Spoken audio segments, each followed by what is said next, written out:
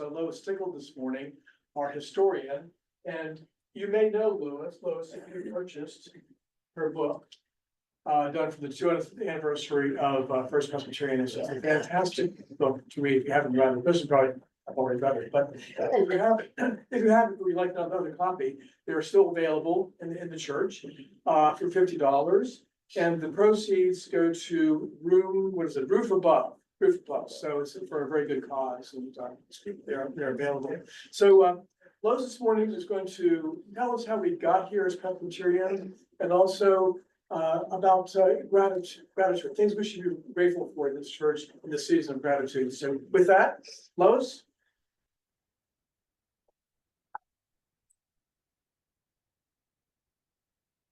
Good morning. Good morning. I am going to talk about things to be grateful for in the church, and we actually had so many that I had to go back and cut some. So there's a lot of good that's come out of this church. And let me get started. Click. Click. Wait, Wait 1 second. okay, now try it. There you go. Okay, and so we'll talk maybe around 15 minutes about the Scots-Irish in Scotland and in this country, the early settlers. And then maybe talk about 30 minutes on the things that I think are significant in this church's history, and then have time for questions. And so this is Scotland. There were two very distinct groups of Scots. The dark green is where the Highland Scots lived. The light green is where the Lowland Scots lived. They had very little in common with each other. They were different culturally and linguistically. And we'll look at what that means. So the Highland Scots were the kilt-wearing, bagpipe-playing people who lived in this very mountainous terrain. And they mostly raised animals. They did some farming, but as you can see, the land's not really very suited to farming. And they also spoke Gaelic. The Lowland Scots, which is probably your people, lived in the northern border of England. So very north of Scotland is northern Scotland, then southern Scotland, and then England right below it. And they did not get along with the English, especially in the borderlands. There were centuries of war between them, and it left the Lowland Scots pretty impoverished. And their instrument, instead of the bagpipe, was the fiddle. They were farmers, as you can see. They had much better land for that, and they spoke English. So these two groups of Scottish people were separated by language, among other things. I don't seem to be working again. Wait 1 second.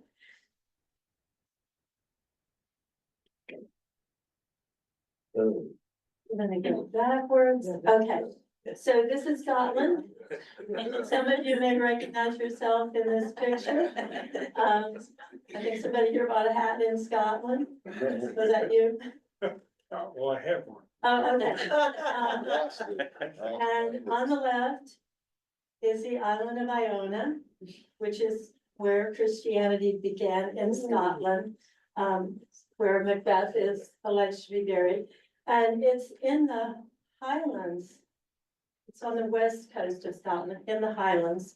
And I just think this is an interesting geologic fact that the Highlands of Scotland and the Appalachian Mountains were once one mountain chain, and they were separated when the continents began to drift apart. But it was once one big continent called Pangaea.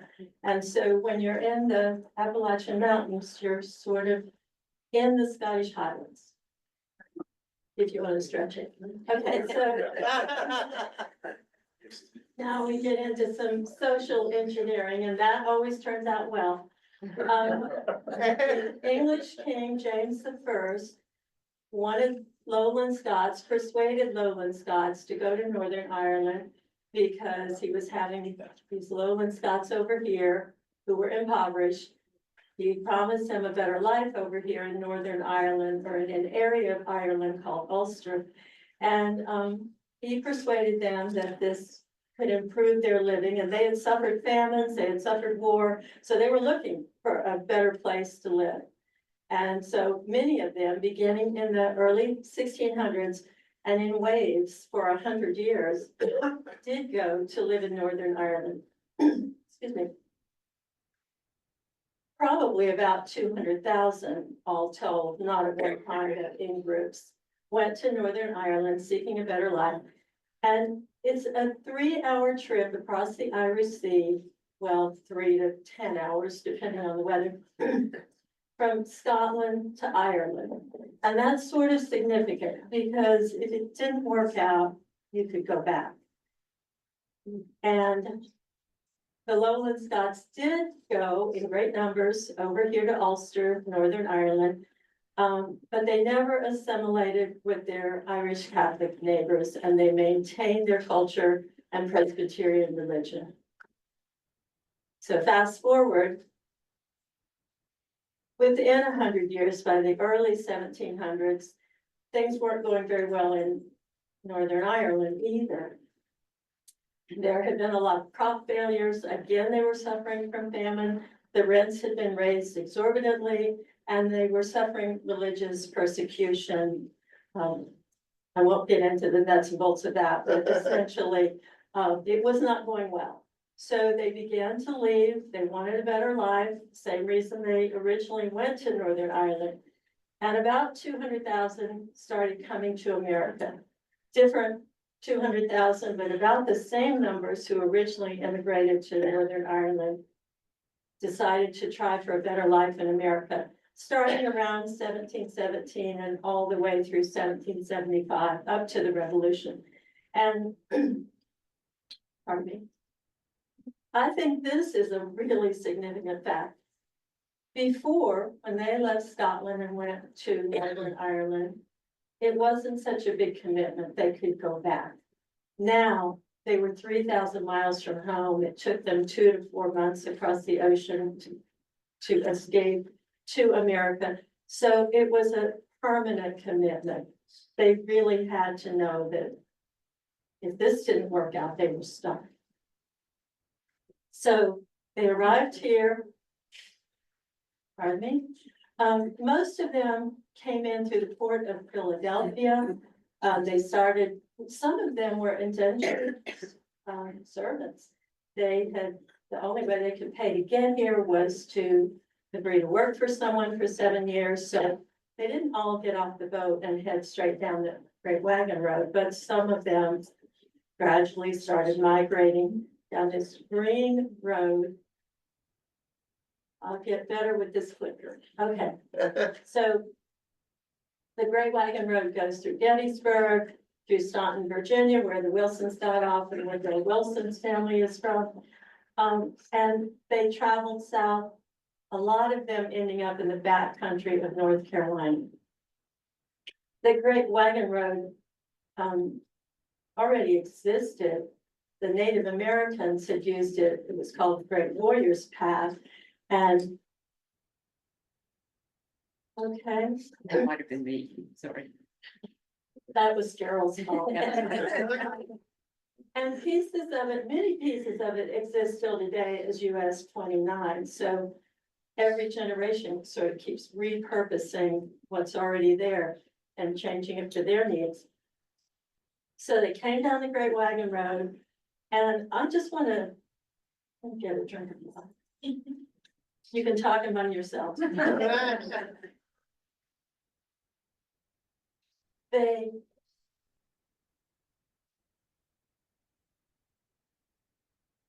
green areas are areas where the Scots-Irish settled. But I just want to take a minute to show you the Highland Scots, who were also Presbyterians. And they came over during the Highland removals after the Battle of Culloden, and they lost that. And they needed to get out of Scotland too. And most of them came in through the port of Wilmington and settled in an area that was called think the Argyle colony. And so there were Highland Scots here and in the green areas, a lot of lowland Scots. So the Lowland Scots went to the Highlands and the Highland Scots. Interesting, yeah. He said said that again, the lowland.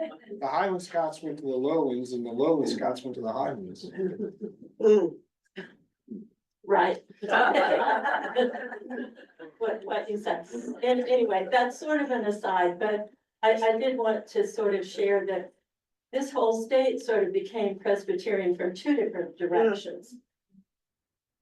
And this is a closer view of where the Highland Scots settled, and all of these green areas are where the Scots Irish settled. Okay, so they came here in these Conestoga wagons, settled in the back country. Many of them were squatters. They didn't have the money and to buy land, but it was a great big wilderness. And so they just arrived, and if nobody was living there, they looked around and thought, I'll put a cabin here. And they did, even though it was illegal.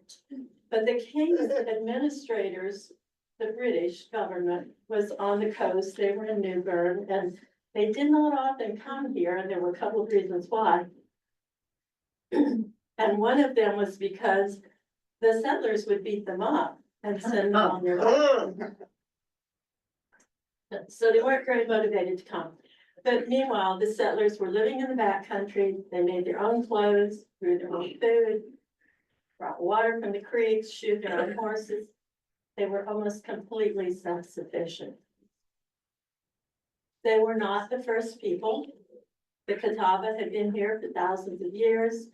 The Spanish came through in the 1500s, brought a lot of diseases with them for which the native population did not have immunity. And so between the wars with the Tuscarora and the Cherokee and the diseases that Europeans brought, the Catawba had been decimated. They had probably numbered around 8,000 people, maybe originally, but they were down to 1,500 by the time our people started arriving. And the good news is that the Catawba Nation, the only important tribe on the Piedmont Plateau, welcomed the settlers in peace, if not with affection. So we were very fortunate that we did not arrive to an area where we were at war. And that's significant for the church because the church property sits right beside one of the Native American trading paths, Trade Street, and Tryon was Great Wagon Road. So we're close to the land, I guess, and we're a beneficiary of their generosity and the fact that even if we were not totally welcomed, we were not rejected. Excuse me, so Tryon is a part of the Catawba Trail, or is it all the Native Indian Trail? It was probably Catawba. all of All of them. them. Okay, thank you. In the 1700s, there were a lot of Presbyterians scattered in the area, but they were not an organized church. They got together when they could. They tried to bring ministers here, but there were very few ministers in the area. One book I read said there were just 4 ministers in the whole Piedmont in 1768. So first they worshiped outside because they didn't have a building.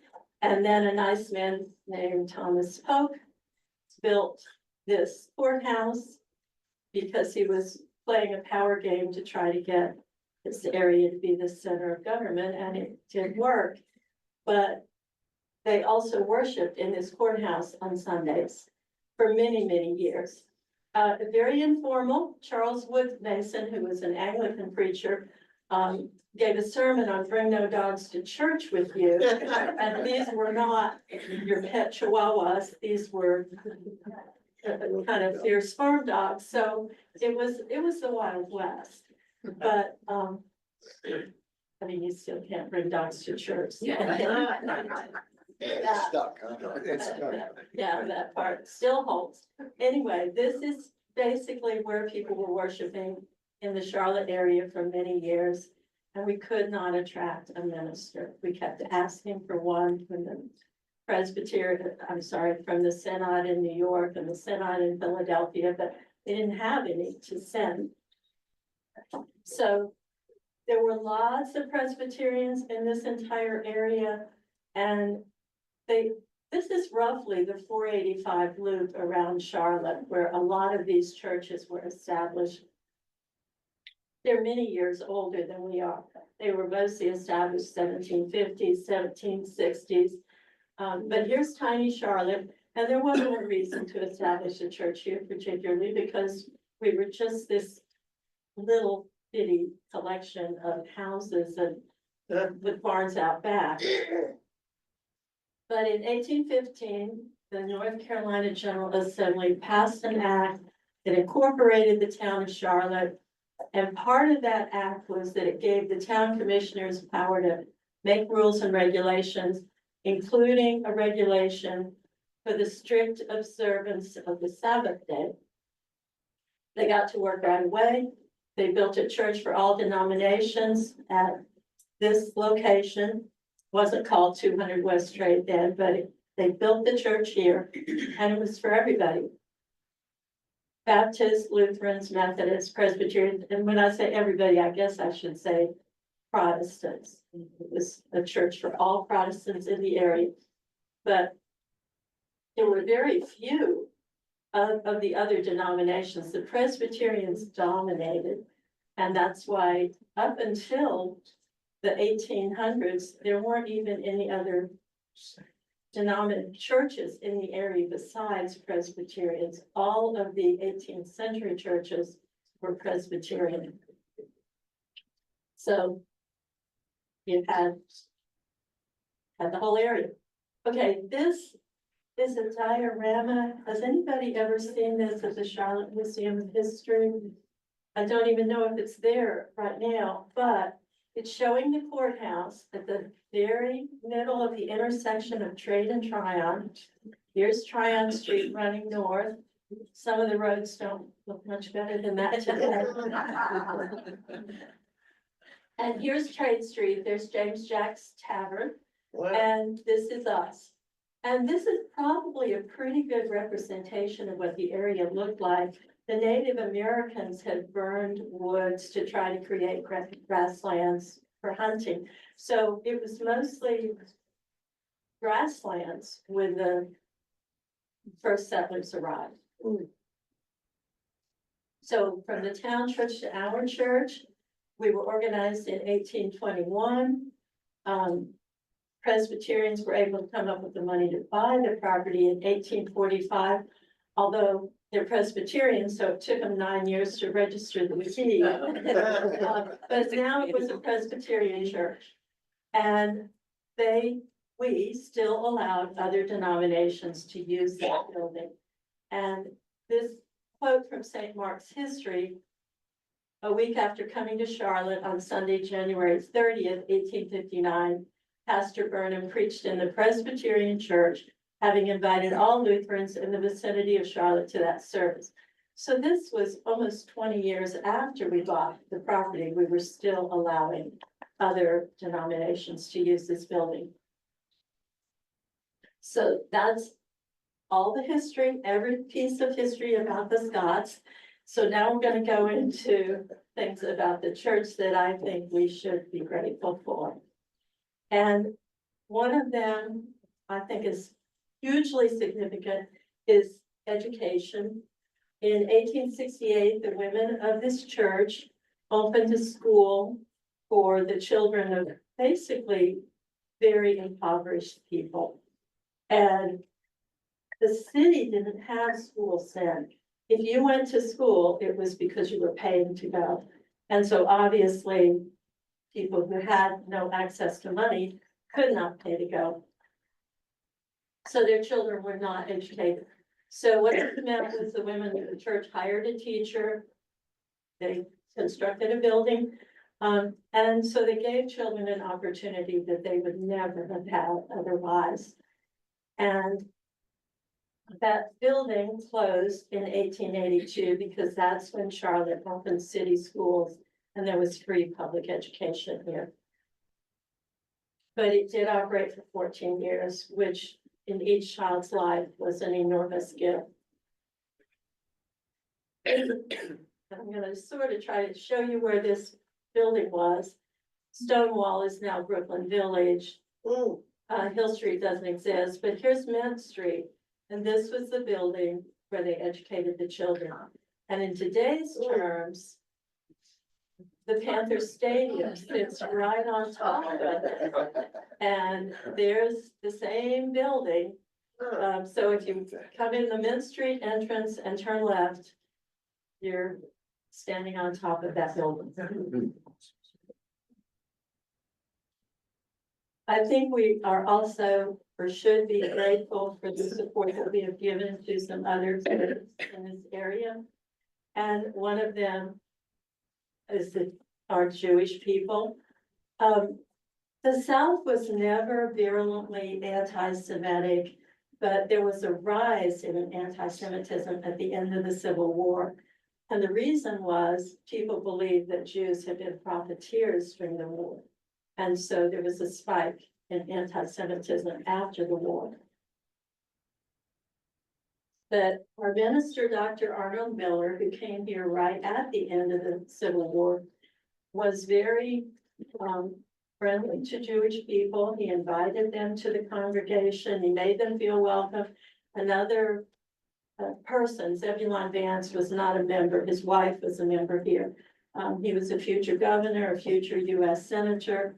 Lots of things used to be named after him that may not be now, but he was also very friendly toward the Jewish people. And he went around the whole country giving speeches in support of Jews. So as a result, Charlotte was a welcoming place for Jews at a time that they weren't always welcome in other places in the South. And so right at the end of the Civil War, they established a Hebrew society here. And the real reason they established it was they wanted a consecrated cemetery. And this is their cemetery out on Statesville Road. And I think that, and people all over the state came here to be buried because there were not really other Jewish cemeteries. I think there was one other in the state, but these two men who were very important and powerful in this town facilitated that welcoming atmosphere for Jews. And another thing that I think we should be grateful that we support is the Salvation Army. They, even before they came to Charlotte, we were printing newspaper articles about them. Here's one of something that happened in New York, I think, but basically they're condescending, their speakers are uncouth, they don't pronounce things correctly. The Salvation Army was not admired. And they came to Charlotte in 1887 and they were not very welcome here. They did unorthodox things. One of the first services they held was at the county jail and just didn't do that. The mayor prohibited them from their Salvation Army band marching through the streets and blowing horns and beating drums. So they were not welcomed here. But within 20 years of their arrival, it sort of became clear to the whole town, but it very much became clear to this congregation that they were doing a lot of good. They were really reaching out to the poor. And so we had one of their leaders speak at our church. We loaned them a piano from a mission school that closed. We took up collections for them. We let them take up collections. And I think that you all know today that the Salvation Army is, our relationship with them is strong, but they're obviously a very magnificent presence in this city, and that we help to make them successful in those early years when they were not particularly wealthy. May I get a little bit more history on the Salvation Army? I've actually run in service with them as well, but their origin, I know they were actually a war, I mean, like a fighting tribe, so that was part of it. But, was it Anglo-Saxon or was it Anglo-American or was it Scottish or do you know the origin of the founder? I don't know. You know, not sure I'm sorry. where that army and came up. I don't know their origin, but that's a good question. I'll have to look into that. Thank you. We're grateful for forgiveness. In 1895, we had an elder here, a man named James Holland, and he worked for a bank. And he took $100,000 from the bank without asking. And, he was on the church's building committee. He was on the branch of its building committee, which is not a good fit. Once it was discovered the money was missing, he left town, without telling anyone. He did return a few days or weeks later. There was kind of a nationwide manhunt from him. He did take money from the bank, but he never took money from the church. And he never took communion because he felt guilty about what he had done. But the church's role that I think we should be grateful for is he spent 7 years in prison, but at the time he was in prison, his wife continued to be a member here. His children were members here. One was president of the Boys Club. So they were embraced, and when he returned, he had done his time, he had paid for his crime, he was welcomed back into the congregation. So I think that speaks highly of who we are. We're grateful for Montreat. Does anyone know why we're grateful for Montreat? There, have a lot of, retreats there and like a lot of, Christian conferences there. Yes, it's a wonderful place. Billy Graham was there. Right. And one of our ministers helped them with that, Dr. Howard. He is a plant.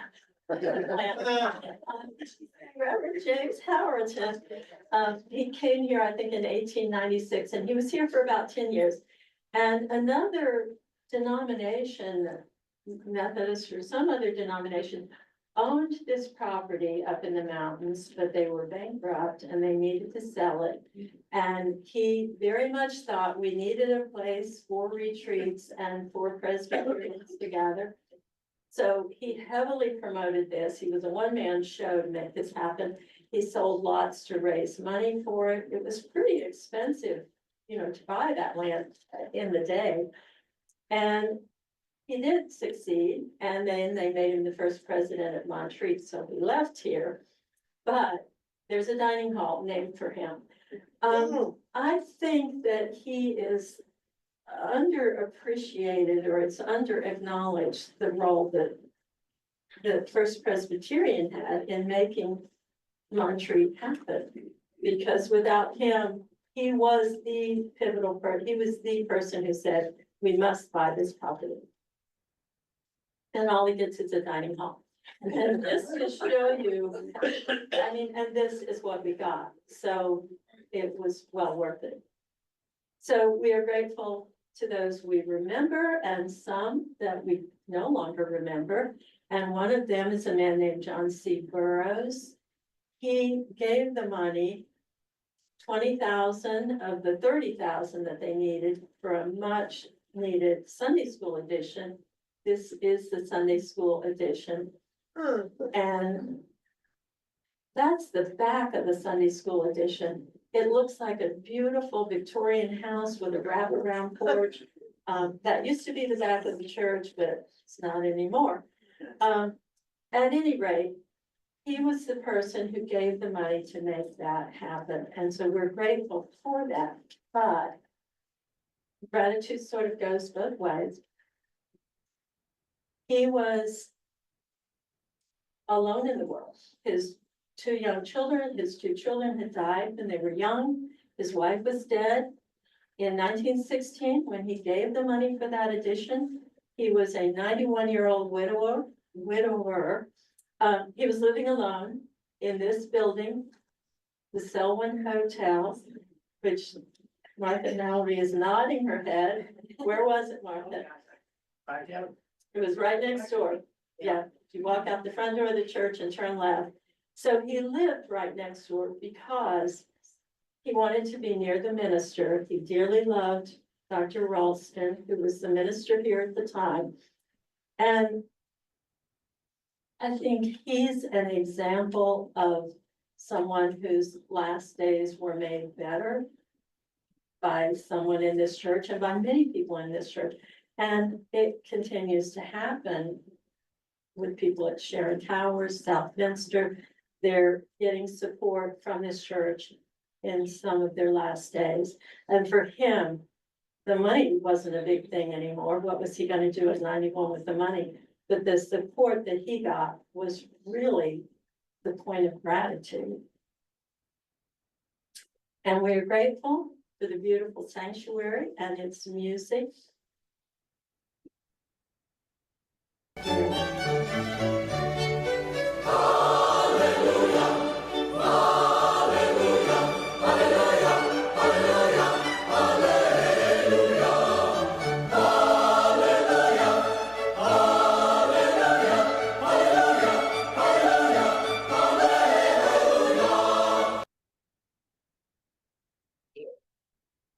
So that kind of speaks for itself. Beautiful. We are grateful for ministers who have served the public. And some of you, and many of you probably knew Dr. Charles Kramer, but in 1947, he was here working when he looked out the window and saw children unattended who had no one at home to take care of them, children of working mothers. And he opened, or the church opened, a child care program for after school. When school let out, they could stay here for 4 hours. And in the summer, they could stay here all day. And that does not seem like such a big deal today, because if you drive down Providence Road or any street, there are signs for these programs. But they didn't exist before this. So it was an enormous gift to women who had to work. They had very young children who couldn't or shouldn't have been home by themselves, who were being left unattended, and children who were left unattended don't always make wise choices.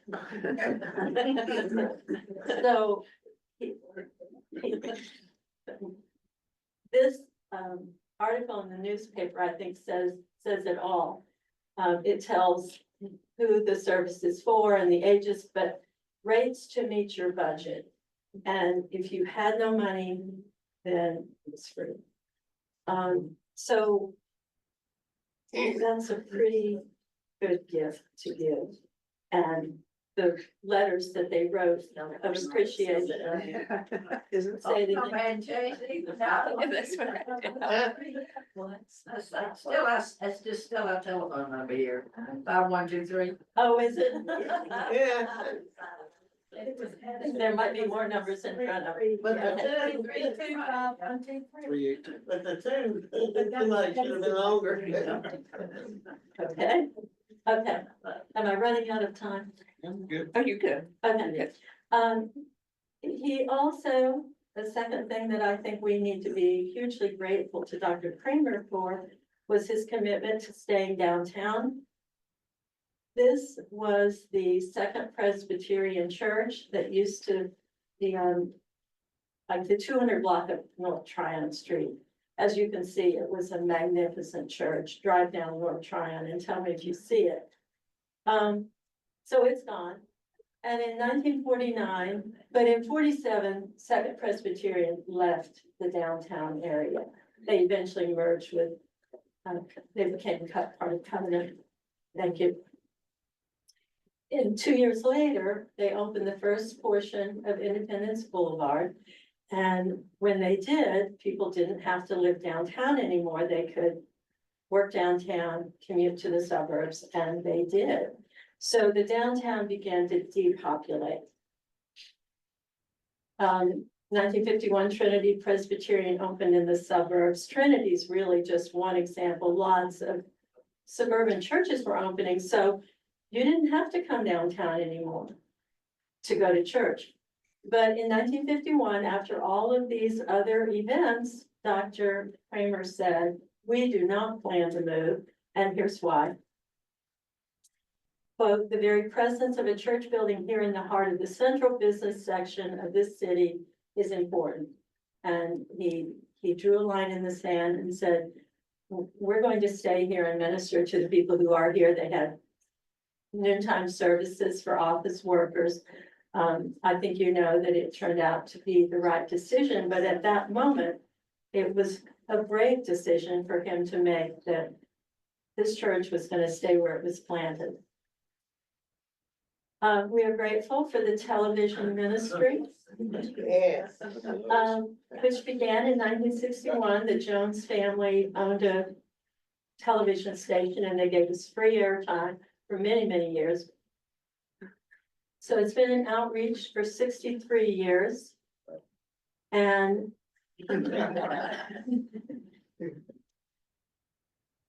last year, I was at a meeting of the North Carolina Presbyterian Historical Society. And yes, there is such a group. And one of the members stood up at the meeting and said to Pete Peary, but we are all grateful to your son Penn for services we could watch during the pandemic. And he actually said more. He said, this has been a huge gift to all Presbyterians. So we're grateful to the television ministry for the outreach to our members, but also on a much wider scale. And someone actually put a quote around that. We are grateful for Dr. Wood's foresight. I'm almost done. In 1983, a parking lot across the street came up for sale. Most of you probably parked there this morning. And there were a lot of reasons not to buy it. It cost $500,000. The downtown area was seedy, blighted. Those are terms Jane Cochran doesn't like for me to use, but she's not here. And many on the session argued against it. Is she? Saying that the church didn't need it and could not afford a parking lot. To top it off, the interest rates were astronomical, 13% to borrow the money. And the interest on 1 year was $65,000. So this is a picture from the time, and I just want to do a pop quiz. There was a gas station on the corner of the parking lot. Do people remember that? So. Esso. Okay. Okay. Well, I didn't, okay. Good to know. But the parking lot has had long-term value. And I think that most of you, what I'm gonna say now is probably self-evident. It was the last chance to buy property on trade.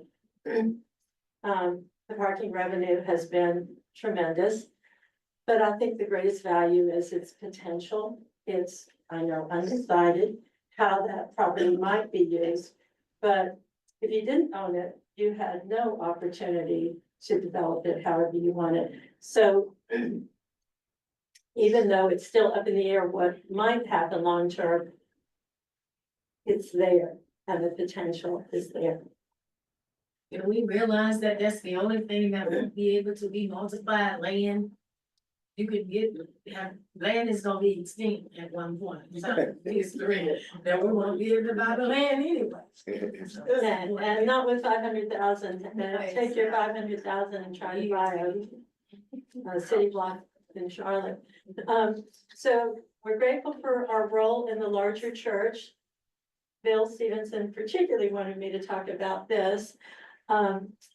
We were a leading role in the Southern Presbyterian Church, and in 1861, at the beginning of the Civil War, the North and South, Northern and Southern denominations split.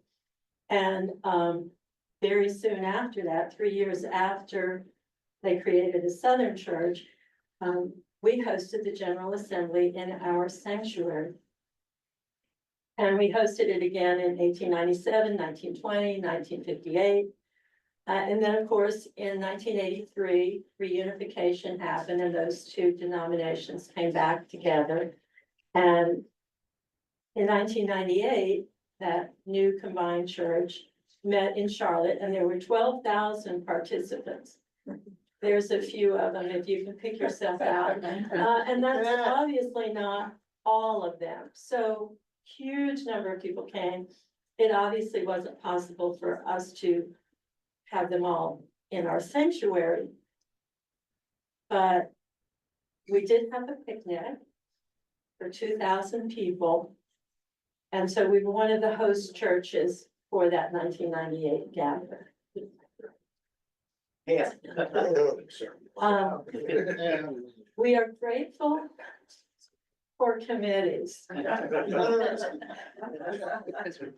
There is a quote that says there's no statues to great committees, but I think there should be, because that's who's laboring behind the scenes, going to meetings. Lots of times meetings, you think of what am I doing here? Writing reports, compiling statistics, all these campaigns, stewardship, capital campaigns, advocacy committees, lots of behind the scenes work, and the church would not run without them. So I'm sure every one of you has been on some committee, and you probably never got the recognition or the gratitude you deserve, but today you get it. You're grateful. And finally, this is the last slide. For the architectural legacy that this church or members of this church have left the city. This is the William Treelor House built in the 1880s over on 7th and Brevard. He was a church member. He came here in the 1840s to mine gold. He'd been a tin miner in Cornwall. This is the Rentels McManaway house. Jacob Rentels was a Jewish merchant here in town and one of the Jewish people that Dr. Miller supported and befriended. Dr. McManaway, who was a church member, purchased this property and it was about 2 blocks west on Trade Street and moved it to Myers Park. So you can still see it over in Myers Park. And of course, his son is the one whose statue is standing at the intersection of Queens and Providence. And we are grateful for our architectural legacy. The facade dates back to 1857, the very front of the church. Other parts of it had to be reconstructed because the sides were caving in. But that makes us the oldest building in the city. And as one writer said, we're still here where we've been for 200 years at the corner of faith and history. What was the date it was built? You talked about, what was the date you mentioned? 1857, the facade, Church was built. Facade. the original church, the church we're in now, which church?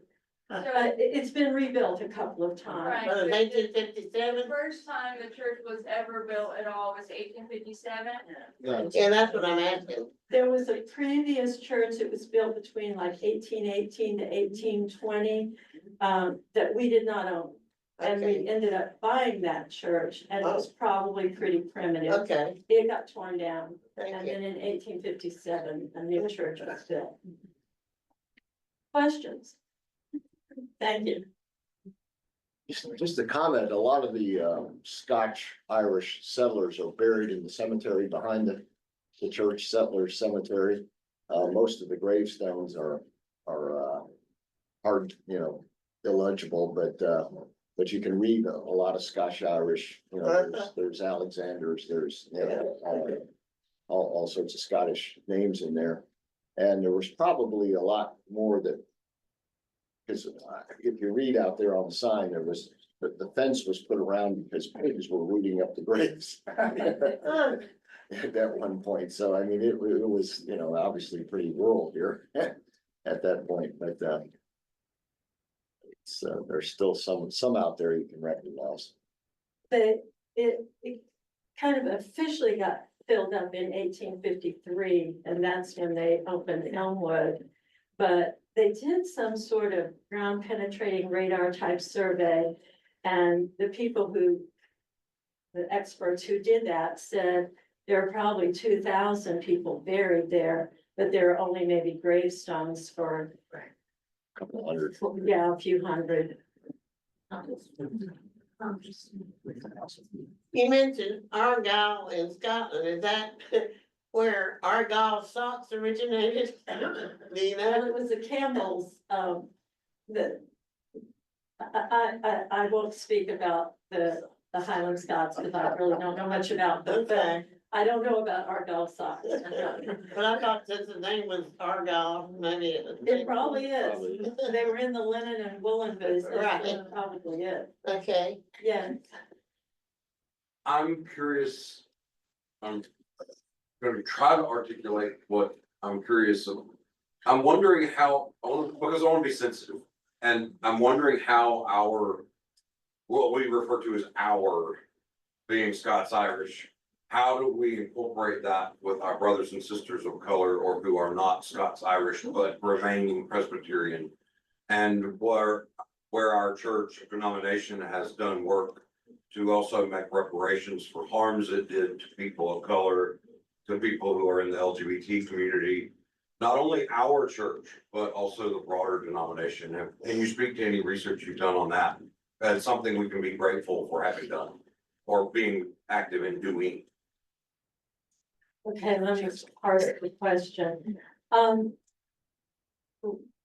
Scots Irish, from Thomas Pope, the man who really founded Charlotte and owned many enslaved people, the Scots Irish were almost unilaterally slave owners.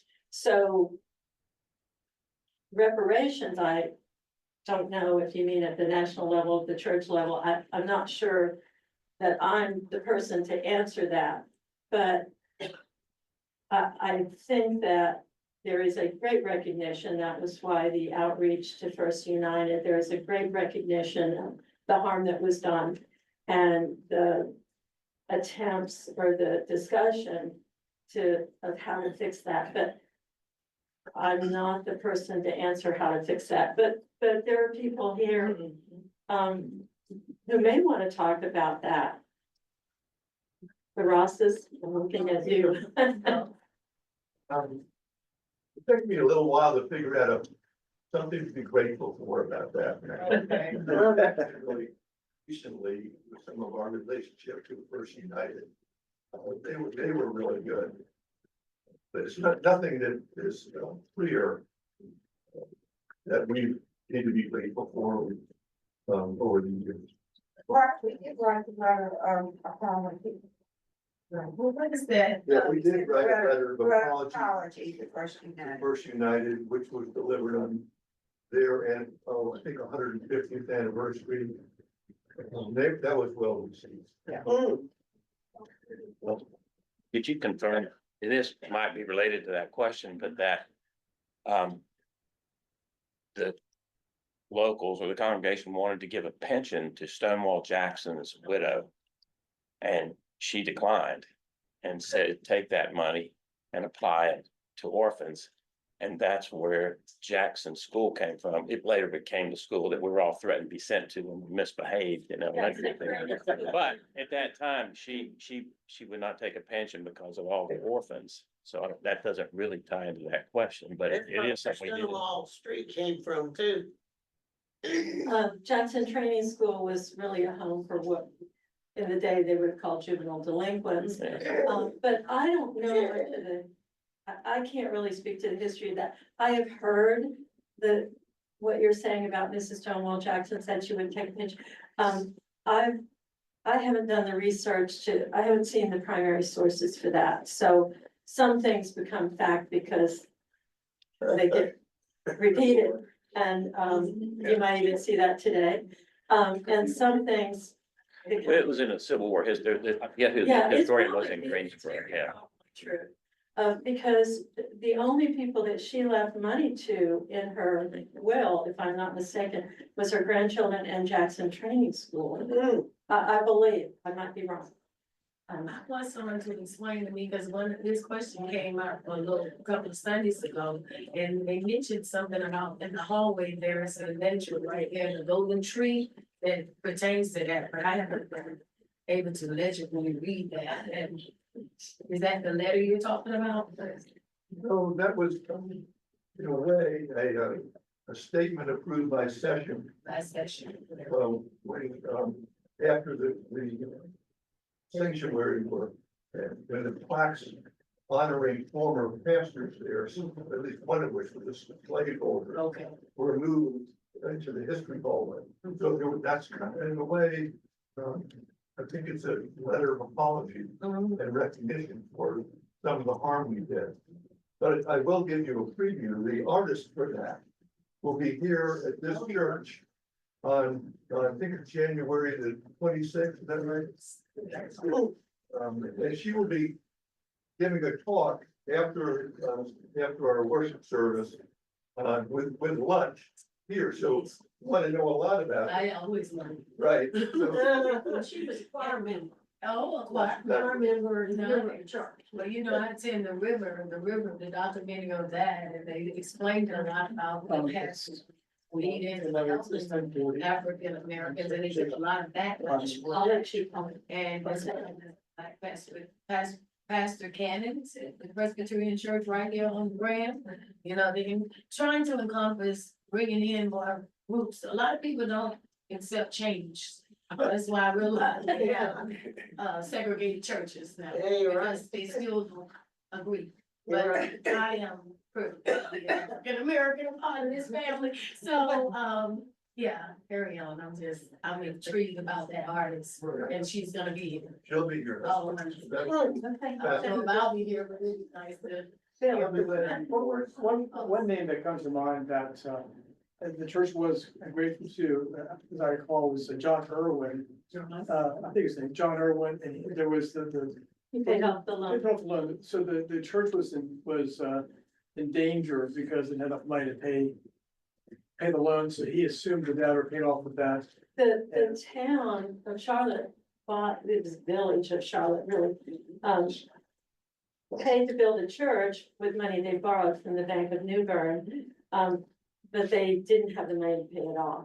And so John Irwin, who was a wealthy plantation owner, paid off the loan, and that's how the Presbyterians came to own the property. Oh, So it's, right, even then, governments sometimes got in the fiscal difficulties. Other questions? Any questions? Well, thank you so much for attending.